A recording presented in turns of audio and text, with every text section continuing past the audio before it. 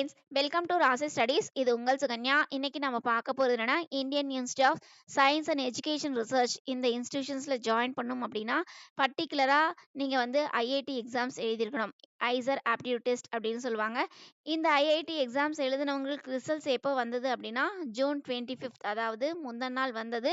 So இந்த June 25th results வந்த பிறகு கவுன்சிலிங் ப்ராசஸ் எப்படி அட்டென்ட் பண்றது, அதையும் தாண்டி எத்தனை இன்ஸ்டிடியூஷன்ஸ் நம்ம இந்தியால ஐசர் இன்ஸ்டிடியூஷன்ஸ் இருக்கு, அதுக்கு அடுத்து இந்த ஐஐடி எக்ஸாம்ஸ் வச்சு வேற எந்த இன்ஸ்டிடியூஷன்ஸ்க்கா ஜாயின் பண்ண முடியுமா, அதையும் தாண்டி எப்படி கவுன்சிலிங் ப்ராசஸ் அட்டென்ட் பண்றது அப்படிங்கிறது எல்லா டீடைல்ஸும் இந்த வீடியோல பார்க்க போறோம். ஸோ இந்த வீடியோவை ஸ்கிப் பண்ணாம பாருங்க. அதுக்கு முன்னாடி என்னோட சேனல் பிடிச்சிருந்தா கண்டிப்பா லைக் பண்ணி ஷேர் பண்ணுங்க. தெரியாதவங்க தெரிஞ்சுக்கிட்டும். சப்ஸ்கிரைப் பண்ணுங்க. பக்கத்துல இருக்க பெல் ஐகான் பட்டனை கிளிக் பண்ணும்போது என்னோட நியூ நோட்டிஃபிகேஷன்ஸ் எல்லாமே உங்களோட மொபைலுக்கு ஈஸியா வரும்.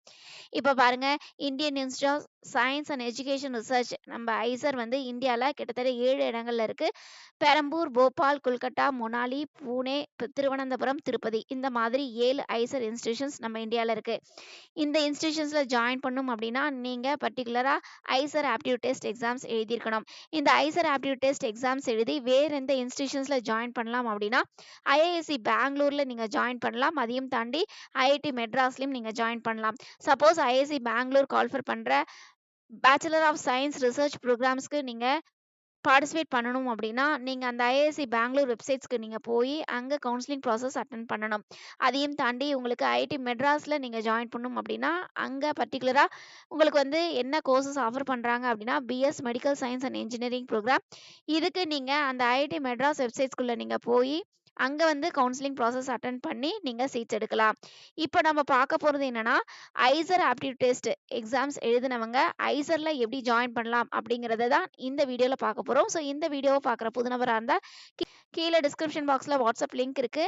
அந்த வாட்ஸ்அப் லிங்க்லயும் நீங்க ஜாயின் பண்ணிக்கலாம். இதையும் தாண்டி ஜெய் மெயின் ஸ்கோர் கார்டு இருக்கு. இதுல வந்து பர்டிகுலரா என்ஐடிஸ், ட்ரிபிள்ஐடிஸ், ஜிஎஃப்டிஸ்ல நான் சிசாப் கவுன்சிலிங் பார்ட்டிசிபேட் பண்ணி நல்ல சீட்ஸ் எடுக்கணும் அப்படின்னு நீங்க பிரியப்பட்டீங்கன்னா, இண்டிவிஜுவல் வாட்ஸ்அப் நம்பர் உங்களோட டிஸ்கிரிப்ஷன் பாக்ஸ்ல இருக்கு. அந்த டிஸ்கிரிப்ஷன் பாக்ஸ்ல இருக்கிற இண்டிவிஜுவல் வாட்ஸ்அப் நம்பருக்கு உங்களோட ஜெய் மெயின் ஸ்கோர் கார்டு அனுப்புங்க.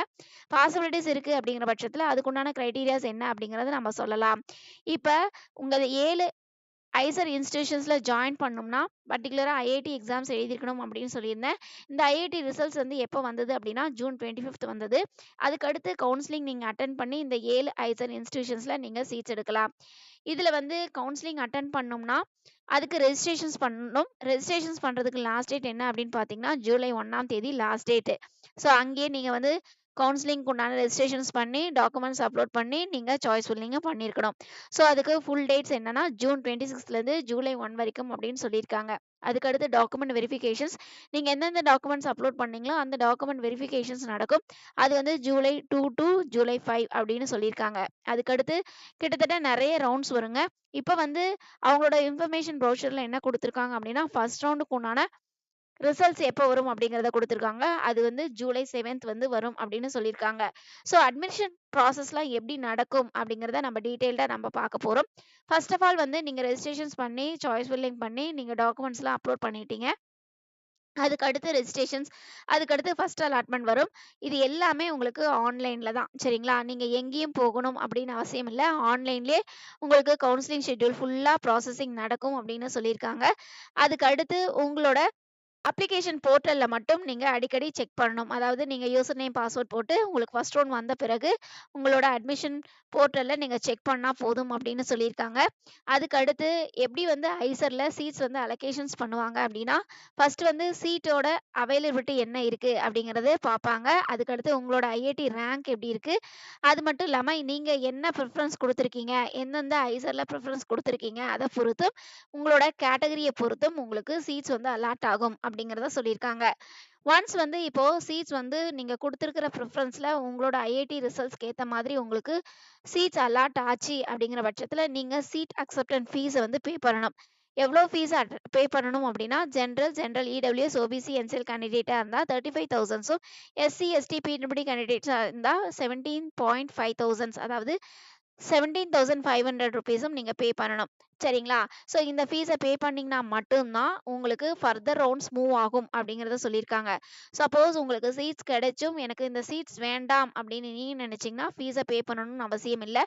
ஆனா நீங்க அடுத்த ரவுண்டுக்கு மூவ் ஆக முடியாது. உங்களை ரிஜெக்ட் பண்ணிடுவாங்க அப்படிங்கிறதையும் சொல்லியிருக்காங்க.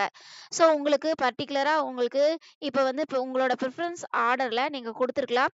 சப்போஸ் எனக்கு நல்ல ஐசர்ல சீட்ஸ் கிடைச்சிருச்சு. ஓகே எனக்கு இந்த ஐசரே போதும் அப்படின்னு நீங்க நினைச்சீங்கன்னா ஃப்ரீஸ் பண்ணிக்கலாம். இல்ல எனக்கு வந்து ஃபர்தரா நான் மேல இருக்கிற ஐசர்ல எனக்கு வேணும் அப்படின்னு நீங்க நினைச்சீங்கன்னா ஃப்ளோட் ஆப்ஷன்ஸும் குடுக்கலாம். இப்ப ஃப்ரீஸ் ஆப்ஷன்ஸ் குடுத்துட்டீங்க அப்படின்னா, உங்களுக்கு அடுத்தடுத்த ரவுண்ட்ஸ்ல உங்களோட பார்ட்டிசிபேஷன்ஸ் இருக்காது. அதாவது நீங்க வந்து அதே சீட்ஸ் எடுத்துப்பீங்க. உங்களுக்கு அடுத்த ரவுண்ட்ஸ் வந்து ஃபர்தரா மூவ் ஆகாது. ஃப்ளோட் குடுத்தவங்களுக்கு மட்டும் தான் உங்களுக்கு ஃபர்தரா மூவ் ஆகும் அப்படிங்கிறத சொல்லியிருக்காங்க. அதுக்கு அடுத்து வந்து என்ன சொல்லியிருக்காங்க அப்படின்னா, ஃபார் எக்ஸாம்பிள்க்கு இப்ப வந்து ஏ, பி, சி, டி, இ, எஃப் அப்படிங்கிற உங்களுக்கு 5 இன்ஸ்டிடியூஷன்ஸ் குடுத்துருக்கீங்க. அதுல வந்து பர்ட்டிகுலரா எஃப் இன்ஸ்டிடியூஷன்ஸ் அலோகேஷன்ஸ் ஆயிருக்கு அப்படின்னா, நீங்க ஃப்ளோட் குடுத்துட்டீங்க அப்படின்னா, உங்களுக்கு மேல இருக்கிற ஏ, பி, சி, டி, இ வரைக்கும் உங்களுக்கு என்ன சீட்ஸ் வருமோ, உங்களோட சீட்ஸ் அவைலபிலிட்டிய பொறுத்து, உங்களோட ரேங்கிங்க பொறுத்து, உங்களோட கேட்டகரிய பொறுத்து உங்களுக்கு சீட்ஸ் அலாட் ஆகும். இல்லாட்டினா அலாட் ஆகாமயும் போகலாம் அப்படின்னு சொல்லியிருக்காங்க. இப்போ இதையும் தாண்டி இப்போ ஐசர் எஃப்ல வந்து உங்களுக்கு பர்ட்டிகுலரா சீட்ஸ் வந்து அலாட் ஆயிருக்கு. மேல இருக்கிற இன்ஸ்டிடியூஷன்ஸ்ல சீட்ஸ் வந்து காலியா ஆயிடுச்சு அப்படின்னா, நீங்க ஃப்ளோட் ஆப்ஷன்ஸ் குடுத்தாலும் அதோட நின்னுடும் அப்படிங்கிறதையும் சொல்லியிருக்காங்க. சரிங்களா? ஸோ உங்களுக்கு ஃப்ளோட் ஆப்ஷன்ஸ் குடுத்து நீங்க மேல இருக்கிற சீட்ஸும் எடுத்துக்கலாம். இல்ல அப்படிங்கிற பட்சத்துல அதே சீட்ஸே உங்களுக்கு கண்டிப்பா வரும் அப்படிங்கிறதையும் சொல்லியிருக்காங்க. வந்து உங்களுக்கு சீட்ஸ் அலாட் ஆயிடுச்சு. அது மட்டும் இல்லாம எல்லா ரவுண்ட்ஸுமே முடிஞ்சது அப்படின்னா, நீங்க என்ன பண்ணணும் அப்படின்னா, பர்ட்டிகுலரா உங்களுக்கு எந்த ர் சீட்ஸ் வந்து அலாட் ஆயிருக்கோ, எந்த ஐசரோட சீட்ஸ் வந்து அலாட் ஆயிருக்கோ, அந்த ஐசர் வெப்சைட்ஸ நீங்க பாருங்க. அந்த ஐசர் வெப்சைட்ஸ்ல உங்களுக்கு என்ன சொல்லியிருக்காங்க, அதாவது எவ்வளோ ஃபீஸ வந்து கொண்டு வரணும், அதையும் தாண்டி உங்களுக்கு என்னென்ன டாக்குமெண்ட்ஸ்லாம் எடுத்துட்டு வரணும் அப்படிங்கிறது எல்லா இன்டிமேஷன்ஸும் அந்த பர்ட்டிகுலர் வெப்சைட்ஸ்ல குடுப்பாங்க. ஸோ அத செக் பண்ணிட்டு நீங்க அந்த பர்ட்டிகுலர் இன்ஸ்டிடியூஷன்ஸ்ல போய் ஜாயின் பண்ணிக்கலாம். இதுதான் கவுன்சிலிங் ப்ராசஸ். இந்த கவுன்சிலிங் ப்ராசஸ் எல்லாமே உங்களுக்கு ஆன்லைன்ல மட்டும் தான் நடக்கும். இது வந்து நீங்க பர்ட்டிகுலரா ஐஐடி ரிசல்ட்ஸ் எங்க பார்த்தீங்களோ, அந்த வெப்சைட்ஸ்ல தான் நீங்க ரெஜிஸ்ட்ரேஷன்ஸ் பண்ணணும். அதுக்கடுத்து கவுன்சிலிங் ப்ராசஸ் எல்லாமே ஜெனரேட் ஆகும். ஸோ இதுதான் ஃபுல் டீட்டெயில்ஸ். உங்களுக்கு வேற ஏதாச்சும் டவுட்ஸ் இருக்கு அப்படின்னா, கீழ கமெண்ட் பாக்ஸ்ல கமெண்ட் பண்ணுங்க. கண்டிப்பா நம்ம அதுக்குண்டான வீடியோஸும் போடலாம். ஓகே ஃபிரெண்ட்ஸ், இந்த வீடியோ உங்களுக்கு பிடிச்சிருக்கும்னு நினைக்கிறேன். பிடிச்சிருந்தா லைக் பண்ணுங்க, ஷேர் பண்ணுங்க. தெரியாதவங்க தெரிஞ்சுக்கட்டும். சப்ஸ்கிரைப் பண்ணுங்க. பக்கத்துல இருக்க பெல் ஐகான் பட்டன கிளிக் பண்ணும்போது என்னோட நோட்டிஃபிகேஷன்ஸ் எல்லாமே உங்களோட மொபைலுக்கு ஈஸியா வரும். தேங்க் யூ ஃபார் வாட்சிங். பாய்.